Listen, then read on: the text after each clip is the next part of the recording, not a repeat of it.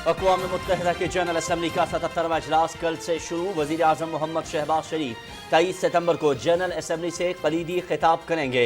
हालिया तबाहकुन सैलाब के तनाजुर में पाकिस्तान को दरपेश चैलेंजेस को उजागर किया जाएगा। वज़ीर आज़म मौसमियाती तब्दीली से दरपेश शदीद खतरात के हवाले से तजावीज़ भी पेश करेंगे। तर्जुमान दफ्तर खारजा।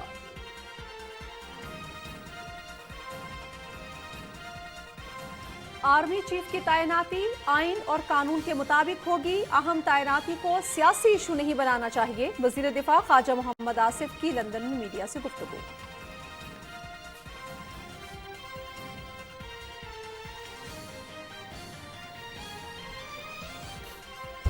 सैलाब से मुतासरा इलाकों में मुसल्लह अफवाज की इमदाद व बहाली की कार्रवाइयाँ जारी। पाक फौज की जानिब से मुतासरा इलाकों में तिब्बी कैंप कायम। पाक फजाइया खैबर पख्तूनख्वा, सिंध, बलूचिस्तान और जनूबी पंजाब में मसरूफ़ अमल। मुतासरीन में तैयार खाना, पानी की बोतलें और राशन के थैले तकसीम। मेडिकल कैंपों में तिब्बी सहूलतों की फराहमी।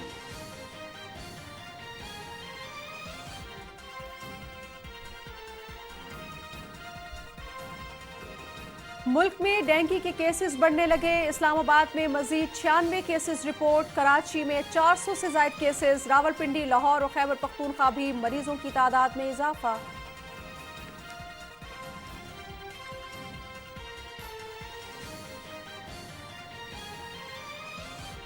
टोरंटो में खालिस्तान रेफरेंडम की तैयारियां मुकम्मल। भारत की रेफरेंडम रुकवाने की तमाम काविशें रायगां। सिख फॉर जस्टिस की जानिब से भारतीय हुकूमत की नाकामी का खैर मकदम। रेफरेंडम सिखों का कानूनी और जमहूरी हक है जिसे रोक नहीं सकते सिख रहनुमा।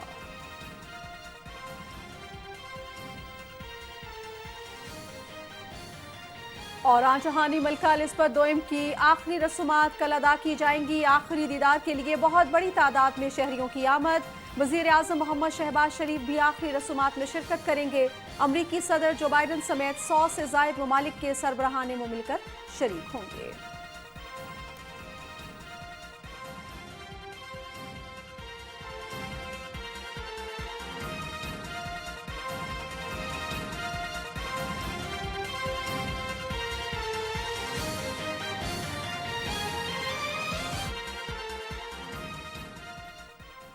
बिस्मिल्लाहिर्रहमानिर्रहीम, अस्सलामु अलैकुम। आप देख रहे हैं Pakistan television news show at 6 में आपका खैर मकदम है। मैं हूं आपके साथ आपका मेज़बान अयाज असलम और मैं हूं नाज़िया खान। टॉप स्टोरीज आप जान चुके हैं, तफसीलात भी आपके साथ रखेंगे, लेकिन इस ब्रेक के बाद हमारे साथ रहिएगा।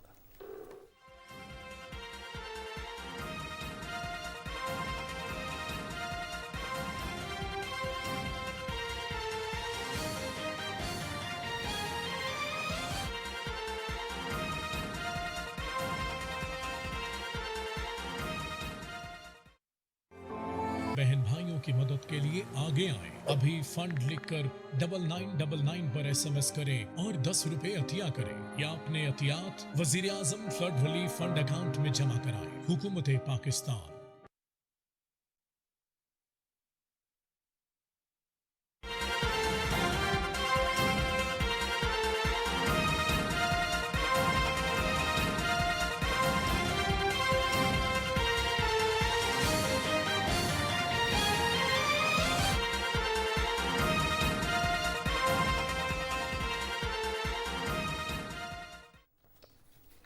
प्रोग्राम के आगाज में सबसे पहले बात करेंगे अक़वाम मुत्तहिदा की जनरल असम्बली के अहम इजलास के हवाले से।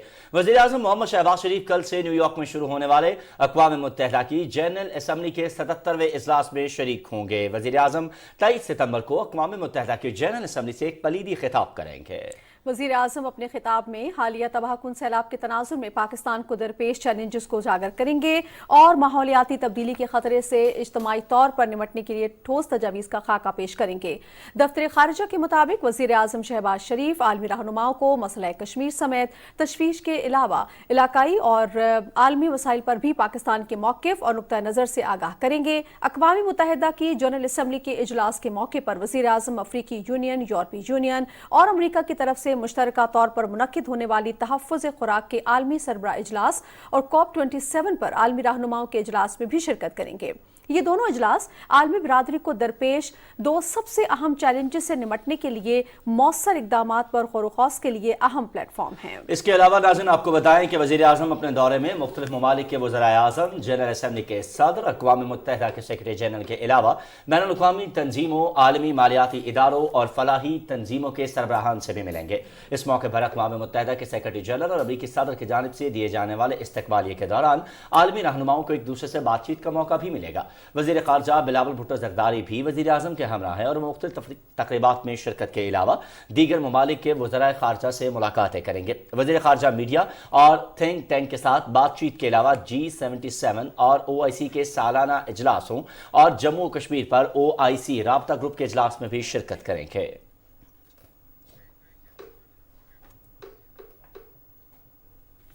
नाज़रीन, इसी हवाले से बात करने के लिए हमारे साथ मौजूद हैं प्रोफेसर शकील अख्तर साहब, माहिर बैनुल अक़वामी उमूर हैं, सारी जो सिचुएशन उस पर बड़ी गहरी नज़र रखते हैं। वज़ीर आज़म का जो दौरा है उस हवाले से हम उनसे मालूमात लेंगे। प्रोफेसर साहब, बहुत शुक्रिया, आपने टाइम दिया। जी, आपका शुक्रिया जी।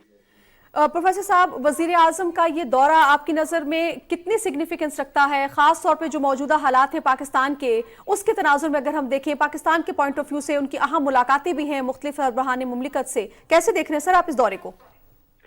देखिए जी, ये जो दौरा है ये एक बहुत ही अहम मौके पे हो रहा है, ख़ास तौर पे जब पाकिस्तान के अंदर सैलाब से तबाहकारी हुई है और मौसमियाती तब्दीलियों का खमियाजा जो है वो पाकिस्तान भुगत रहा है।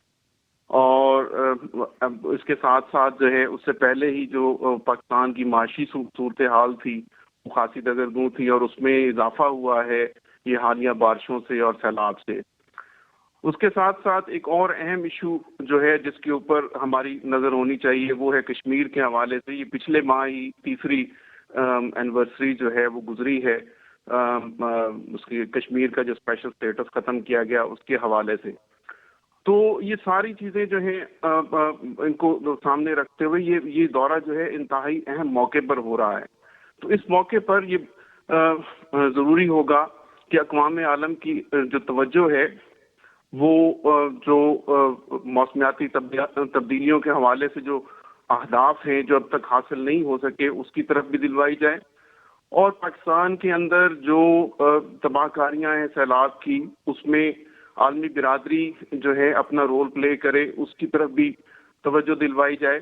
और उसके साथ साथ जो कश्मीर के हवाले से जो हटदर्मी है, देखें हमारी जो लीडरशिप है उसके बयानात को तो प्रोपेगेंडा कह के इंडियंस जो है वो रिजेक्ट कर देते हैं, लेकिन ह्यूमन राइट्स वॉच की जो रिसेंट रिपोर्ट आई थी जिसमें उन्होंने वाज़े तौर पे ये कहा था कि 5 अगस्त 2019 के बाद से सिविल सोसाइटी और मीडिया के हवाले से और आम लोगों के हवाले से हालात जो हैं वो बड़े सख्त हुए हैं और संगीन किस्म की इंसानी हकूक़ की खिलाफ वर्जियाँ हुई हैं। तो मेरे ख्याल है इन सारे नुकात को सामने रखते हुए हमारा जो वफद है वज़ीर आज़म की सरबराही में वो इन तमाम नुकात की तरफ तवज्जो जो है आलमी बिरादरी की दिलवाएगा। डॉक्टर साहब, ये फरमाइएगा, इस तमाम सूरत हाल में अगर हम देखें 2 साल के बाद ये इजलास जो है अब फिजिकली हो रहा है, वर्चुअल इजलास इससे पहले होते रहे, आलमी रहनुमाओं से ये मुलाकातें होंगी और जिस तरह आपने कश्मीर का जिक्र किया, फिर अभी अक़वाम मुत्तहिदा के सेक्रेटरी जनरल अभी पाकिस्तान से होकर गए हैं और एक दुनिया का सबसे बड़ा प्लेटफॉर्म इसको समझा जाता है। अगर हम इसको पाकिस्तान में सैलाब से होने वाले नुकसानात और मौसमियाती तब्दीलियों को जो असरात पाकिस्तान पे पड़े हैं, और ख़ुद एंटोनियो गुतेरेस ने भी कहा कि तरक्की याफ्ता ममालिक को पाकिस्तान के साथ खड़ा होना होगा, तो इस हवाले से कितना सिग्निफिकेंट है ये दौरा? देखिए जी, इस बात में तो कोई दूसरी राय नहीं है ना कि जी ये जो मौसमियाती तब्दीलियां हैं इसमें जो तरक्की याफ्ता ममालिक हैं उनका रोल ज़्यादा है और पाकिस्तान जैसे तरक्की पजीर मुल्क जो हैं उनका रोल कम है, जबकि इसके जो असरात हैं वो पाकिस्तान जैसे ममालिक के ऊपर और ख़ासतौर पे उनमें पाकिस्तान पे ज़्यादा हो रहे हैं। तो इसका मतलब ये है कि जी जो आलमी बिरादरी है उसको इस जिम्मेदारी का एहसास करना चाहिए और एक तो कोई कंसेंसस डेवलप हो, कुछ ठोस इक़दामात हो जिससे मौसमियाती तब्दीलियों को कंट्रोल किया जाए, और उसके साथ साथ जहाँ पे ये नुकसानात हो रहे हैं वहाँ पे भी आलमी बिरादरी का ये फर्ज बनता है कि अपनी जिम्मेदारियां पूरी करें।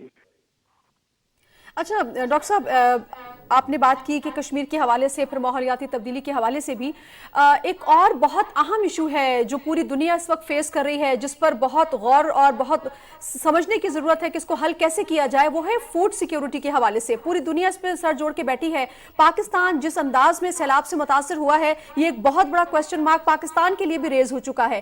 آپ کیا سمجھتے ہیں کہ یہ کتنا بڑا چیلنج ہے پوری دنیا کے لیے، اور خاص طور پاکستان جیسے ملک کے لیے جس کی معیشت بھی ابھی اتنی تگڑی نہیں ہے اور بھی بے تحاشا مسائل کا سامنا ہے ہمیں؟ جی بالکل، آپ نے ٹھیک فرمایا۔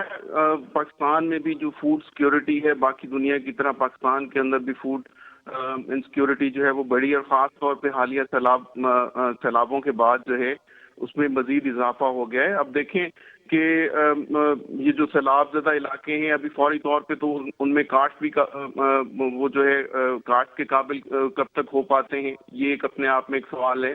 اور جب کاشت کرنے کے قابل ہو بھی جائیں تو اس وقت ان کو کسانوں کو جو ہے وہ کاشت کے لیے جو ان پٹس ہیں وہ پرووائڈ کرنے کا ایشو بھی ہے۔ تو ریہیبلیٹیشن کا معاملات بھی ہیں، اور ایک بہت بڑا چیلنج ہے پاکستان کے سامنے اور دنیا کے سامنے بھی کہ کس طرح سے اس سے نمٹا جائے، اور آنے والے دنوں کے اندر اور خاص طور پہ اگلی فصل میں جو ہے یہ بہت اہم ہوگا کہ ہم کتنی گندم پیدا کرتے ہیں اور کتنا غلہ ہوتا ہے، اور کتنے فوڈ سیکیورٹی جو ہے اس کے اہداف ہم کیسے حاصل کرتے ہیں۔ شکیل صاحب، اس کے ساتھ ساتھ یہ بھی فرمائیے گا، وزیر اعظم پاکستان جب اس خطاب کریں گے اقوام متحدہ کے جنرل اسمبلی سے، تو الٹیمیٹلی یہ بات تو بڑی کلیئر ہے کہ کشمیر کا مقدمہ جو ہے اس کو بھی پیش کیا جائے گا، سیلاب کے حوالے سے بھی گفتگو کی جائے گی، لیکن اصل بات جو ہے جس کی طرف توجہ دلانا چاہوں گا اور آپ کے میں کامنٹ چاہوں گا جس کے اوپر، کہ کیا دنیا اس بات کو باور کرے گی کہ بھارت اس وقت دنیا کے اندر جس طریقے سے کشمیر کے اندر ایک کھلی دہشت گردی کر رہا ہے؟ آپ نے اپنی گفتگو میں ابتدائی میں اشارہ فرمایا تھا کہ ہیومن رائٹس واچ کی اپنی رپورٹ اس کے حوالے سے موجود ہے، لیکن ہمیں دیکھنا ہے کہ دنیا اس پہ کیا ریئیکٹ کرتی ہے۔ آپ کو لگتا ہے کہ اس پلیٹ فارم پہ وزیر اعظم کے خطاب کے بعد کوئی اثرات ہمیں دیکھنے کو ملیں گے اس حوالے سے؟ دیکھیں جی، دنیا اس پہ کیا ریئیکٹ کرتی ہے وہ تو ماضی میں بھی ہم دیکھتے رہے ہیں، کیونکہ ظاہر ہے جو بین الاقوامی تعلقات ہیں اس کے اندر ہر ملک جو ہے اپنے مفادات کو سامنے رکھتے ہوئے فیصلے کرتا ہے، اور ریئیکشنز بھی ان کے اسی حساب سے ہوتے ہیں۔ لیکن بہرحال اس کا مطلب یہ ہرگز نہیں ہے کہ ہمیں جو بھارت کی کھلی دہشت گردی ہے اس کی طرف نشاندہی نہیں کرنی چاہیے۔ اور اس سے پہلے آپ دیکھیں جتنے بھی اجلاس ہوئے، پاکستان کے وفود نے ہمیشہ جو ہے وہ کشمیر کا ایشو جو ہے وہاں ریز کیا ہے، اور بھارت کے جو ناانصافیاں ہیں اس کو وہاں پہ وہ ہائی لائٹ کرتے رہے ہیں، اور یہ اس دفعہ بھی ہوگا۔ چلیں، پاکستان چونکہ اس میں ایک پارٹی ہے، لیکن جب تھرڈ پارٹی انسٹیٹیوشن جیسے ہیومن رائٹس واچ کی رپورٹ کا ہم نے حوالہ دیا، تو اس طرح کے تھرڈ پارٹی انسٹیٹیوشنز کی جب رپورٹ سامنے آ رہی ہوں تو میرا خیال ہے اس کو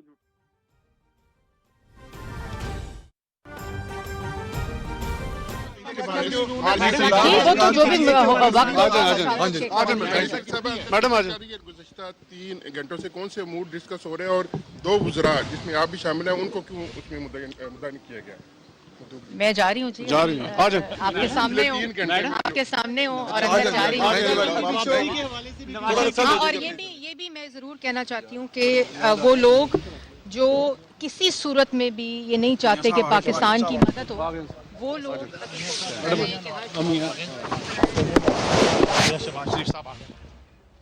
وزیر اطلاعات مناظر آپ دیکھ رہے تھے لندن سے، جہاں پر وفاقی وزیر اطلاعات مریم اورنگزیب موجود ہیں۔ آج ایک اہم بیٹھک ہے، آپ کو آگاہ کریں کہ وزیر اعظم محمد شہباز شریف بھی لندن میں موجود ہیں، اور مسلم لیگ نون کے قائد میاں نواز شریف کے ساتھ اہم ملاقات ہے جس میں اہم ملکی سیاسی جو معاملات ہے اس پر گفتگو کی جائے گی۔ مزید خبریں شامل کرتے ہیں۔ ابھی آپ کو بتائیں کہ ملکہ برطانیہ الزبتھ دوم کی آخری رسومات کل ادا کی جا رہی ہیں۔ وزیر اعظم محمد شہباز شریف ملکہ کی آخری رسومات میں شرکت کے لیے لندن میں موجود ہیں۔ اس کے علاوہ امریکی صدر جو بائیڈن سمیت دنیا بھر سے سربراہان مملکت اور 500 عالمی رہنما آخری رسومات میں شرکت کریں گے۔ ملکہ کے 8 پوتے پوتیاں اور نواسے نواسیاں بھی آخری دیدار کے لیے پہنچے۔ ولی عہد شہزادہ ولیم اور دیگر بچوں نے شمع روشن کرنے کی تقریب میں حصہ لیا۔ صدر بائیڈن کی آج ویسٹ منسٹر ہال میں آمد متوقع ہے۔ امریکی صدر شاہ چارلس سوئم سے ملاقات بھی کریں گے۔ برطانوی میڈیا یہ کہتا ہے کہ آخری رسومات میں گنجائش کم ہونے کے باعث سربراہان مملکت کے ساتھ 1 سے 2 افراد کو شرکت کی دعوت دی گئی ہے۔ वेस्टमिंस्टर हॉल में मौजूद मलका के ताबूत का आखिरी दीदार करने के लिए बहुत बड़ी तादाद में लोग मौजूद हैं, शहरी आ रहे हैं।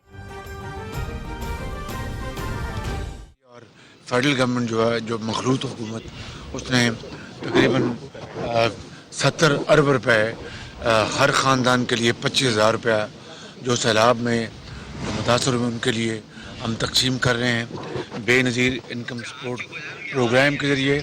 और इसी तरीके से हम इंशाअल्लाह जो बाकी पानी, खुराक, तंबू और ये फेडरल गवर्नमेंट भी NDMA के ज़रिए और सूबाई हुकूमतें भी PDMA के ज़रिए काम कर रही हैं, अफवाज पाकिस्तान भी पूरी तरह इसमें पूरी कौम जो है वो जो दुखी इंसानियत के लिए दिन रात खदमत कर रही है। ये सब पंजाब में हुकूमत तब्दील हो रही।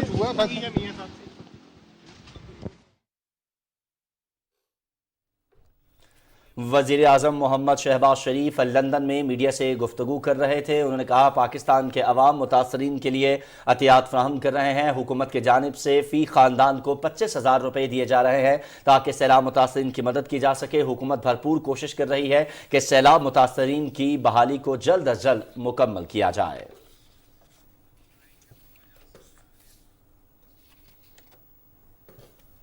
वज़ीर आज़म के लंदन के दौरे के हवाले से मज़ीद जो ही अपडेट आएंगे हम आपको आगाह करते रहेंगे। अभी आगे बढ़ते हैं और आपको बताएं कि वज़ीर दिफ़ा ख्वाजा मोहम्मद आसिफ ने कहा है कि आर्मी चीफ की तैनाती आइन और कानून के मुताबिक होगी।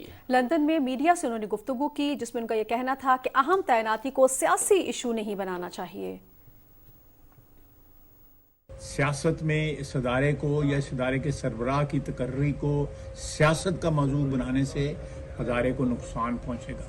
मेरी इस्तदा है तमाम सियासतदानों से, मीडिया से, कि इसको मौजू ना बनाएं। ये एक ऐसा मरला है जो हर 3 साल के बाद आता है, एक रूटीन का मामला है, हो जाएगा इंशाअल्लाह ताला नवंबर में। परेशानी है सिर्फ इमरान खान को, वो जो है रो पीट रहा है कि ये आगे कर दो, ये पीछे कर दो, ये फलां कर दो, ये कभी मार्च में ले जाओ या अभी ले आओ, फलां एक्सटेंशन दे दो। ये वाहिद शख्स है इमरान खान को जो जिसकी एंग्जाइटी है, जिसको ये परेशानी है, उनको वो समझता है कि इसके ऊपर उसका सारा इक़्तिदार डिपेंड करता है। और अभी रावलपिंडी, इस्लामाबाद और इसके मज़ाफ़ात पे वक्त हुआ चाहता है आज़ान मगरिब का। आइए आज़ान सुनने की सादत हासिल करते हैं।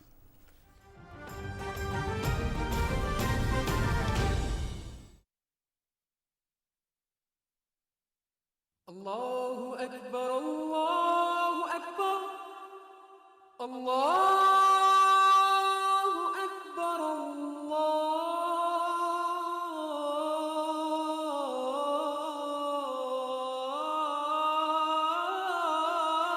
अकबर, अशहदु अल्ला इलाहा इल्लल्लाह,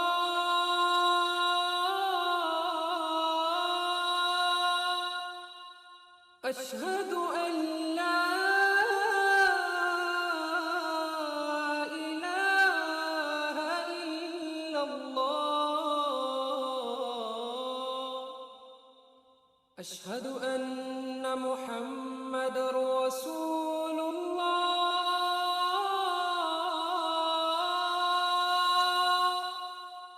अशहदु अन्न मुहम्मदर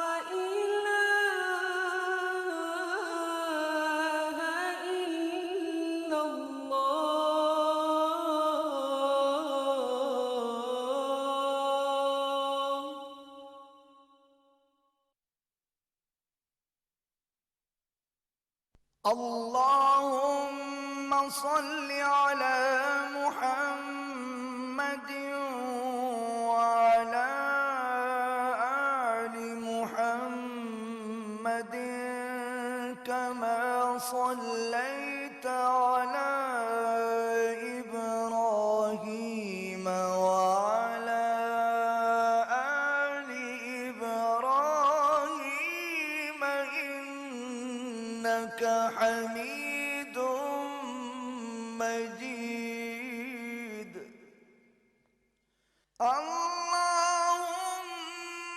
بارك على محمد وعلى آل محمد كما باركت على إبراهيم وعلى آل إبراهيم إنك حميد مجيد.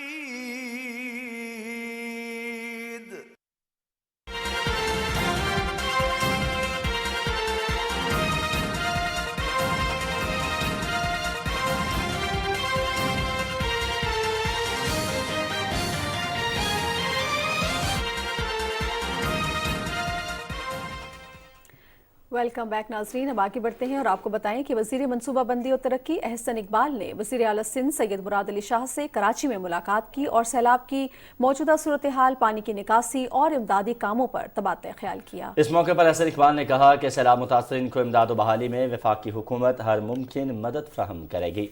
उन्होंने कहा कि चेयरमैन NHA और वजीर रेलवे मुतासरा इलाकों का दौरा कर चुके हैं, जबकि शाहराहों और रेलवे ट्रैक की बहाली का काम भी शुरू किया गया है। इस मौके पर वजीर आला सिंध ने बताया कि इस वक्त 15 लाख खैमों की ज़रूरत है। कैंपों में मौजूद लोग और बच्चे बीमार हो रहे हैं, जिनकी तिब्बी इमदाद की जा रही है। वजीर आला सिंध ने बताया कि इमदादी कामों के साथ अभी नई मनसूबाबंदी भी करनी होगी।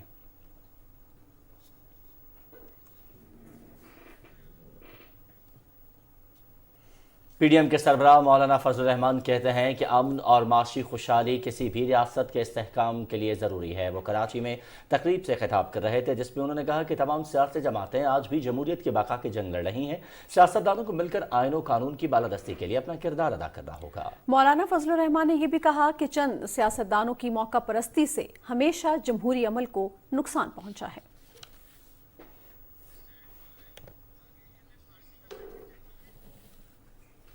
अब कुछ बात करते हैं मौजूदा सैलाबी सूरत हाल की। तो मुल्क भर में बारिशों और सैलाब से अब तक 1545 अफराद जान बहक हो चुके हैं, जबकि मुख्तलिफ वाक़यात की अगर बात करें तो उसमें ज़ख्मी होने वालों की तादाद 12,860 हो चुकी है। सैलाब से अब तक 19,43,978 से ज़ायद मकानात को नुकसान पहुंचा है, जबकि 9,43,909 मवेशी सैलाब में बह गए। मजमूई तौर पर 1,27,035 किलोमीटर सड़कें, 12,735 किलोमीटर सड़कें और 375 पुलों को नुकसान पहुंचा है। राना शहजाद सैलाब की रिपोर्ट देखिए।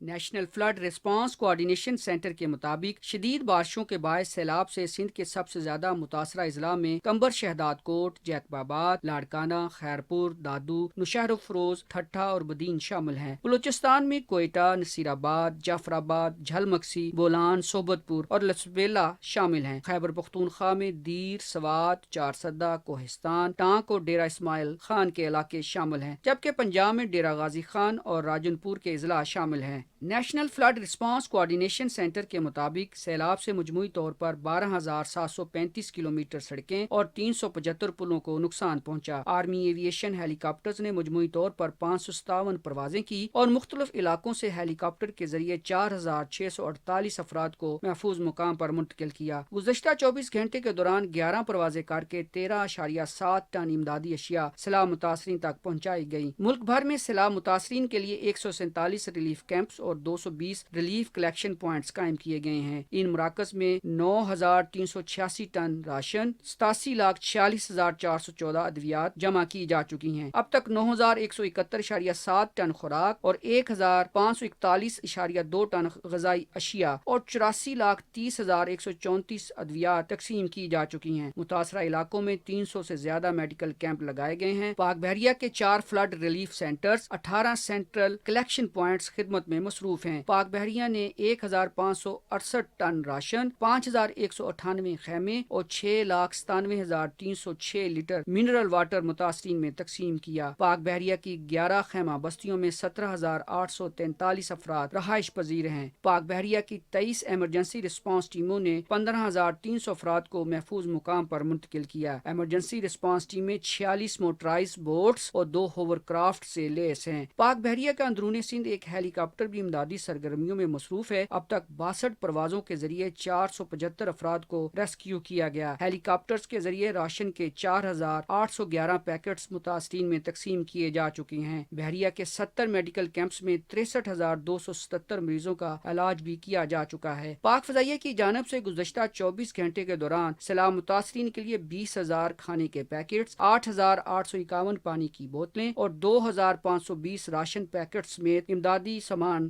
متاثرین میں تقسیم کیا جا چکا ہے۔ پاک فضائیہ کی طرف سے لگائے گئے فری میڈیکل کیمپس میں مقامی افراد کو مفت طبی سہولیات بھی فراہم کی جا رہی ہیں۔ رانا شہزاد اسلام، پاکستان ٹیلی ویژن نیوز، اسلام آباد۔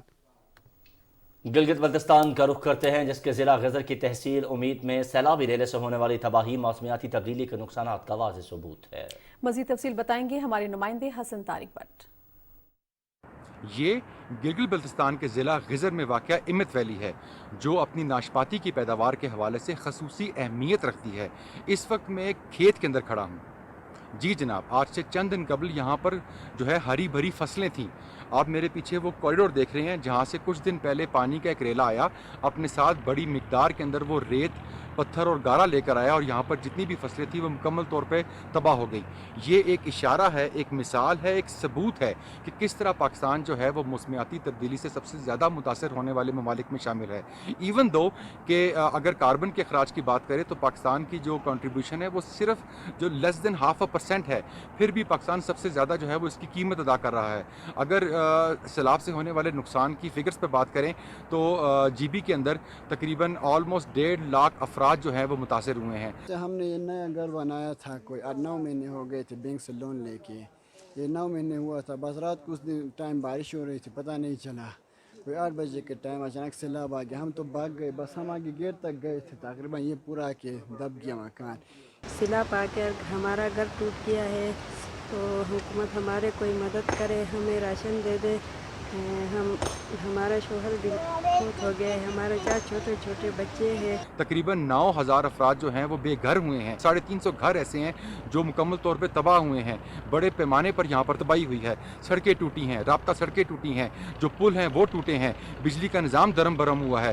حکومت کے ساتھ ساتھ دیگر ایجنسیاں جو ہیں اس وقت جو ہے وہ ارلی ریکوری کے اوپر کام کر رہی ہیں۔ آغا خان ایجنسی فار ہیبیٹیٹ کے ذریعے یہاں پر جو ہے وہ لوگوں کے لیے کام کر رہی ہے۔ 4,000 جو ہیں وہ راشن جو ہیں وہ پیکیجز جو ہیں وہ تقسیم کیے ہیں۔ اس کے علاوہ 9,000 کے قریب افراد کو ایویکویٹ کیا ہے۔ اور ناظرین، اب کچھ بات کرتے ہیں ڈینگی کی صورتحال کی، جس میں ملک بھر میں ہوش ربا اضافہ ہو رہا ہے۔ صوبہ پنجاب کی بات کریں تو ڈینگی کے مریضوں میں روز بروز اضافہ تشویشناک صورتحال اختیار کر چکا ہے۔ محکمہ primary and secondary health care Punjab کے مطابق گزشتہ 24 گھنٹوں میں ڈینگی کے 191 نئے مریض سامنے آئے ہیں، جن میں راولپنڈی سے 84، لاہور سے 60، گجرانوالہ سے 10، ملتان سے 5، وہاڑی اور شیخوپورہ سے 3 کیس رپورٹ ہوئے ہیں۔ محکمہ primary and secondary health care Punjab صوبے بھر میں ڈینگی لاروا تلف کرنے اور اس کی افزائش روکنے کے لیے مصروف عمل ہے۔ حکام کی جانب سے عوام کو کرونا کے ساتھ ڈینگی سے بچاؤ کی احتیاطی تدابیر اپنانے کی اپیل کی گئی ہے۔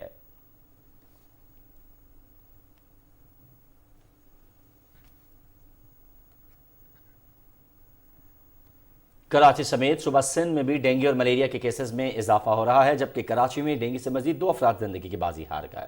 अब तक डेंगू के मरज में मुब्तला 11 अफराद जान की बाजी हार चुके हैं। महकमा सेहत सिंध के जारी करदा आदाद-ओ-शुमार के मुताबिक गुज़श्ता 48 घंटों में कराची में डेंगू के मरीज 324 केसेस रिपोर्ट हो चुके हैं, जिनमें सबसे ज्यादा केसेस जिला शर्की में 132, जिला कुरंगी में 42, जिला वस्ती में 59 और जिला जनूबी में 52 केसेस रिपोर्ट हुए हैं। सिंध हुकूमत की जानिब से डेंगू के मरीजों के इलाज मौलजी की बेहतरीन सहूलत फराहम करने के लिए मुख्तलिफ हस्पतालों में खुसूसी डेंगू वार्ड्स कायम किए गए हैं। दूसरी जानिब सूबा सिंध में मलेरिया के केसेस में भी इजाफा हो रहा है। गुज़श्ता 24 घंटों के दौरान हैदराबाद डिवीजन में 985 केसेस, सखर डिवीजन में 529 केसेस, लाड़काना डिवीजन में 404 केसेस, जबकि कराची में 41 केसेस रिपोर्ट हो चुके हैं।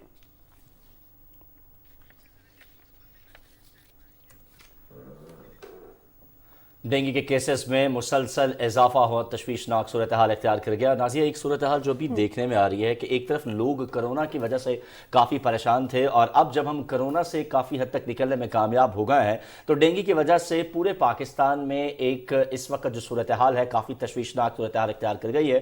ख़ासतौर पर अगर हम वफाकी दारकूमत इस्लामाबाद की बात करें तो यहाँ भी केसेस में होशरुबा इजाफा हो गया है। इसके लिए बहुत ज़रूरी है कि हम एहतियाती तदाबीर जो है उसे इस्तेमाल करें, क्योंकि एहतियाती तदाबीर के बायस ही हम इस डेंगू को बचा सकते हैं। और डेंगू कोई ऐसा मर्ज नहीं है कि जिसका इलाज जो है वो नाज़रीन ना हो सके, और ना ही ये इस कोरोना जितना खतरनाक है। जिस तरह हमने पहले देखा कि एक हवा पकड़ गई थी, यहाँ पे भी पूरे पाकिस्तान के जो कोरोना की जो है वो जानलेवा साबित हो जाता है। इसके साथ साथ डेंगू को लेकर भी इस तरह की बहुत सी चीजें जो है वो फैलाई जा रही हैं, लेकिन अगर हम एहतियात बरतेंगे तो डेंगू से बहुत आसानी से हम उससे निपट सकते हैं। बिल्कुल, और इसी हवाले से बातचीत करने के लिए हमारे साथ मौजूद हैं डॉक्टर मदीहा नज़र। इस हवाले से हमें वो मजीद गाइड कर सकेंगी कि ये क्यों सूरत हाल इस डगर की जानिब गामजन है।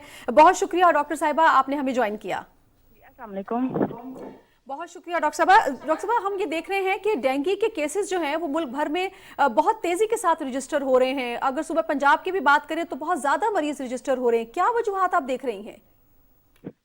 देखिए, इस बार हम दोबारा से डेंगू की एपिडेमिक जो है वो देख रहे हैं और हमारे पास करंटली काफ़ी पेशेंट्स हैं जो कि 50+ नंबर पे हमारे अपने हॉस्पिटल्स में एडमिटेड हैं। मेन वजह तो जी यही लग रहा है कि इस बार क्योंकि हमारे पास रेनी वेदर बहुत देर तक रहा है और ये कि गर्मियाँ जो है वो बहुत प्रोलॉन्ग हो गई हैं और सर्दियों की अभी उस तरह से मौसम जो है वो स्टार्ट नहीं हुआ, तो वो जो मच्छरों की अफजाइश है और जो डेंगू का एक क्लाइमेट होता है वो अभी बहुत ज़्यादा प्रिवेल कर रहा है। नंबर 2 ये कि क्योंकि रेनी वेदर की वजह से आपको पता है कि सैलाब वगैरह बहुत ज़्यादा आए हैं, उसकी वजह से भी जो है ना कि मुख्तलिफ इलाकों में जहाँ जहाँ पानी खड़ा है वहाँ जो है वो डेंगू के मच्छरों की और उनके जो एग्स वगैरह हैं उनकी प्रेवलेंस काफ़ी ज़्यादा है। और कुछ ये कि एहतियाती तदाबीर भी शायद हमारी आवाम ने इस बार उस तरह ऑप्ट नहीं की, क्योंकि अब पिछले 1-2 सालों में हमने कोविड की वजह से डेंगू को इतना ज़्यादा जो था वो नहीं देखा था। तो ये डिफरेंट पॉइंट्स हैं जिनकी वजह से हम दोबारा से जो है ना सर्च देख रहे हैं। डॉक्टर साहब, ये फरमाइएगा, हम इस वक्त अगर सूरत हाल की बात करें तो लोग इस कदर तशवीश में मुब्तला हैं कि अगर उन्हें हल्का सा बुखार भी होता है तो वो ये समझ रहे होते हैं कि शायद हमें डेंगू हो गया है, और यही वजह है कि वो भागते हैं हॉस्पिटल्स की जानिब अपने टेस्ट करवाने के लिए। और ये मेरी अपनी मैं इस बात को विटनेस कर चुका हूँ कि खास तौर पर जो सरकारी हॉस्पिटल्स हैं वहाँ बहुत ज़्यादा रश है डेंगू काउंटर्स के ऊपर। ये फरमाइएगा कि जो स्पेसिफिक अलामात हैं कि जिसके बाद हमें डॉक्टर से रुजू करना चाहिए कि आया वाकई हमें डेंगू है कि नहीं, वो क्या है? देखिए, डेंगू के बुखार की ये बात है कि इसकी कुछ तो ख़ास किस्म की अलामात होती हैं और कुछ जो हैं वो थोड़ी सी जनरल अलामात है। मसलन फीवर जो है, बुखार तो बहुत सी बीमारियों में हो सकता है, उसमें टाइफाइड और मलेरिया भी शामिल है, लेकिन उसके साथ में ये कि सर में दर्द होना, आंखों के पीछे दर्द होना, बहुत ज़्यादा लिथार्जिक फील करना, जॉइंट्स में पेन होना, लोअर बैक में पेन होना, हड्डियों में दर्द होना, टांगों में, और ये कुछ अलामात ऐसी हैं जो कि थोड़ी अलार्मिंग होती हैं। और हम डेंगू के मरीज़ जो हैं वो ये बिल्कुल रिपोर्ट करते हैं कि हम बहुत ज़्यादा लिथार्जिक फील कर रहे हैं। तो ये चीज़ है कि जिनको पिछले साल डेंगू हुआ था या पिछले कुछ अरसे में डेंगू हुआ था, जब उनको दोबारा होता है तो वो थोड़ा ज़्यादा सीवियर इंटेंसिटी का हो सकता है। तो बिल्कुल जी, अगर बुखार हो रहा है और इनमें से अलामात हैं तो एक ब्लड सीपी आप करवा लें।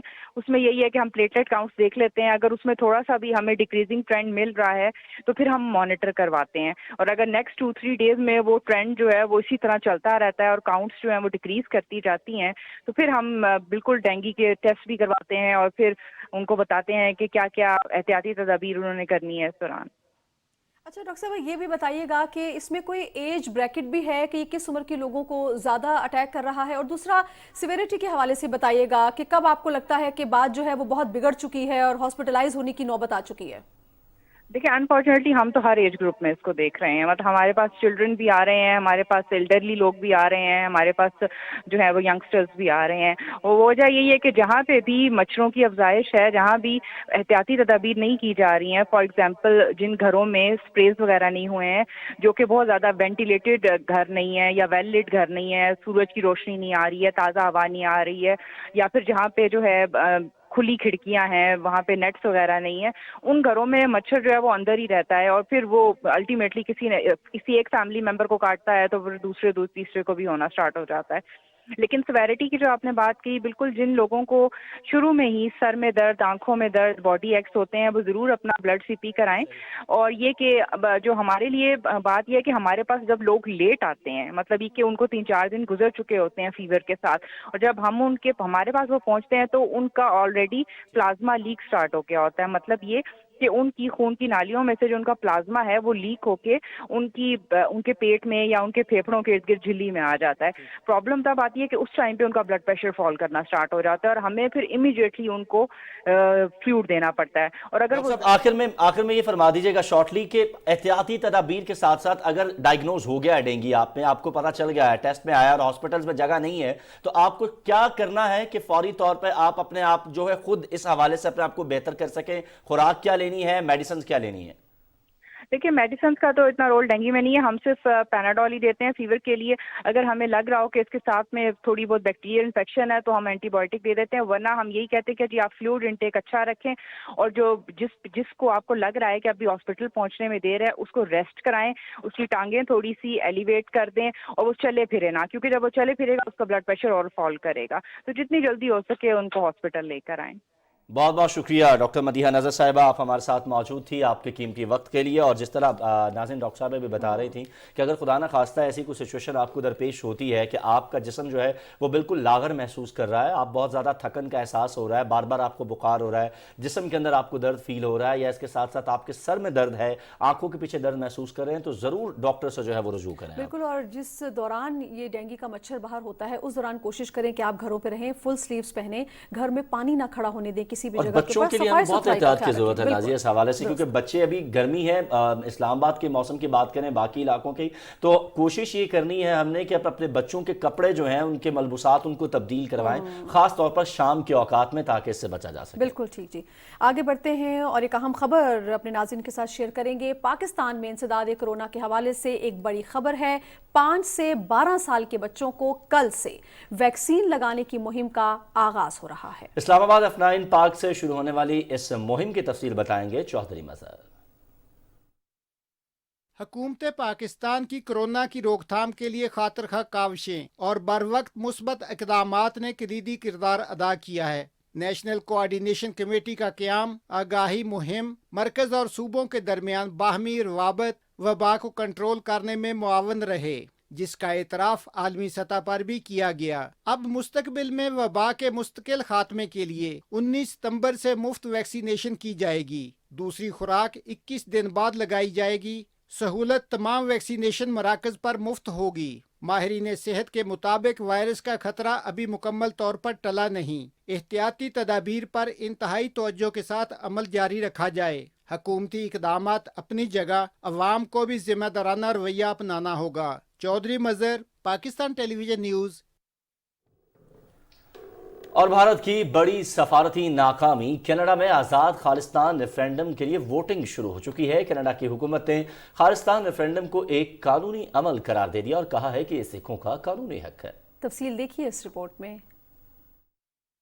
بھارت کو کینیڈا میں ایک بڑی سفارتی ناکامی کا سامنا کرنا پڑا ہے. بھارت نے 2021 میں باضابطہ طور پر کینیڈا کی حکومت سے درخواست کی تھی کہ سکھوں کی تنظیم سکھ فار جسٹس پر پابندی عائد کی جائے. بھارت نے اب بھی خالصتان ریفرینڈم رکوانے کے لیے کینیڈا کی حکومت پر دباؤ ڈالا، لیکن کینیڈا نے بھارت کی باتوں پر کان نہیں دھرا. خالصتان دی گل کینیڈین دھرتی دے اوپر کھل کے ہوگی. Voting in a referendum, a naan binding referendum is a legal right Canadians enjoy, and Canadians will be exercising irrespective of what India says. 18 ਸਤੰਬਰ ਨੂੰ ਵੋਟਾਂ ਪੈਣੀਆਂ ਖਾਲਿਸਤਾਨ ਪੰਜਾਬ ਦੀ ਆਜ਼ਾਦੀ ਦੇ ਵਾਸਤੇ, ਉਹਦਾ ਕਰਕੇ ਅਸੀਂ ਇੱਥੇ ਆ। ਸਾਰੀਆਂ ਤਿਆਰੀਆਂ ਤੁਸੀਂ ਸਾਡੇ ਪਿਛਲੇ ਪਾਸੇ ਵੇਖ ਸਕਦੇ, ਸਾਈਡਾਂ ਤੇ ਵੇਖ ਸਕਦੇ ਵੀ ਤਿਆਰੀਆਂ ਚੱਲ ਰਹੀਆਂ ਬਹੁਤ ਜ਼ੋਰਾਂ ਦੇ ਨਾਲ। ਅਸੀਂ ਪੂਰਾ ਇੰਤਜ਼ਾਮ ਕੀਤਾ। ਕੱਲ ਨੂੰ 1 ਲੱਖ ਤੋਂ ਪਲੱਸ ਜਿਹੜੇ ਲੋਕ ਨੇ ਉਹ ਸਾਨੂੰ ਆਉਣ ਦਾ ਉਹਨਾਂ ਦਾ ਜਿਹੜਾ ਵਾ ਉਹ ਬਿल्कुल ਅਸੀਂ ਉਹਨਾਂ ਦੇ ਵਾਸਤੇ तैयार हैं। कनाडा के शहर टोरंटो में खालिस्तान के लिए रेफरेंडम से कबल दुआई तकरीब का इनेकाद किया गया, जिसमें 50,000 से जायद सिखों ने शिरकत की। तकरीब में शामिल शुरका ने पीले रंग के झंडे उठाए हुए थे और उन पर खालिस्तान के नारे दर्ज थे। इस मौके पर शुरका ने खालिस्तान के क़याम तक जिद्दोजहद जारी रखने के अज़म का इयादा किया। ਹਿੰਦੁਸਤਾਨ ਦੀ ਸਰਕਾਰ ਆਉਂਦੀ ਆ ਤੇ ਸਿੱਖਾਂ ਦੇ ਹੱਕ ਜਾਂ ਪੰਜਾਬੀਆਂ ਦੇ ਹੱਕ ਨਹੀਂ ਮਿਲਦੇ, ਉਹਨਾਂ ਦੇ ਹੱਕ ਜਿਹੜੇ ਨੇ ਉਹ ਖੋਏ ਜਾਂਦੇ ਨੇ। ਹੁਣ ਜਿਹੜਾ ਰੈਫਰੈਂਡਮ ਆ ਇਹ ਇੱਕ ਯੂਨਾਈਟਿਡ ਨੇਸ਼ਨ ਦਾ ਕਾਨੂੰਨ ਆ ਜਿਸ ਲੋਕ ਕਿ ਜਿਨ੍ਹਾਂ ਨੂੰ ਕਲੋਨਾਈਜ਼ ਕੀਤਾ ਹੋਇਆ ਵਾ وہ اپنا حق لے سکتے ہیں۔ ٹورنٹو میں کونسل فار خالستان کے صدر بخشش سنگھ سدھو نے کہا کہ خالستان ریفرینڈم کو ناکام بنانے کے لیے بھارتی حکومت کی کوششیں کامیاب نہیں ہونے دیں گے۔ 10 لاکھ سے زائد سکھ ٹورنٹو میں خالستان ریفرینڈم میں حصہ لیں گے۔ رضوان عارف، پاکستان ٹیلی ویژن نیوز۔ اور اسی کے ساتھ نیوز شو ایٹ 6 کا وقت پہنچا اپنے اختتام کو، ہمیں اجازت دیجیے، اللہ نے